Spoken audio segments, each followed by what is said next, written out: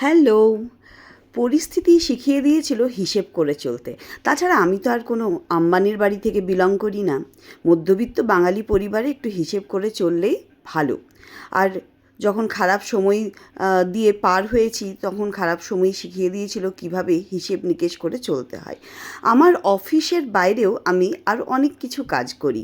তো তার মধ্যে আজকে একটা কাজ আপনাদের সাথে শেয়ার করব। তারই একটা হিসেবপত্র চলছে। কত টাকা খরচা, কত টাকা প্রফিট, কত টাকা থাকলো, কত টাকা রাখলো, কত টাকায় দেবো, এগুলো তো ভাবতেই হয়। আর অফিসের বাইরেও তো অজস্র কাজ থাকে। তাই এখানে মোটামুটি আমি আমার কাজ শুরু করার আগে আর এই অফিস থেকে কিছুটা ব্রেক নিয়ে এখানে কাপড় টাপড়গুলো গুছিয়ে দিলাম।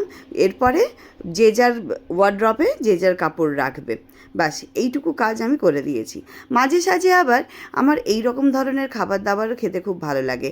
বেশ একটু গরম ভাত, তাতে আলু সেদ্ধ আর উচ্ছে ভাজা, শিম আলু চচ্চড়ি, আর এখন একটু ব্যাঙ্গালোরে রোদ বেড়েছে, তাই মেদিনীপুর থেকে নিয়ে আসা ওই আমশি দিয়ে ডাল আর লেবু আর শশা। একদম সিম্পল খাবার, কিন্তু খেতেও খুব ভালো লাগে, চটজলদি রান্নাও হয়ে যায়।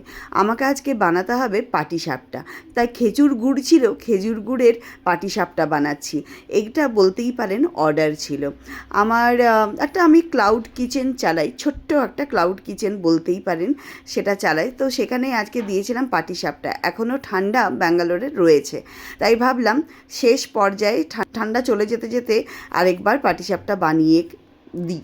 তাই জন্য আমার বেশ কতকগুলো অর্ডার এসেছিল, সেই জন্য বানিয়ে দিলাম পাটিসাপটা। আর সেটাকে সুন্দরভাবে সাজিয়ে দিলাম কলা পাতায়, যাতে দেখতে ভালো লাগে। এটা আমার হাজব্যান্ড পৌঁছে দেবে। আর আমি চললাম একটু শরীর চর্চা করতে। নিজের শরীরটাকেও তো ঠিক রাখতে হবে, না তো খাটবো কী করে বলুন।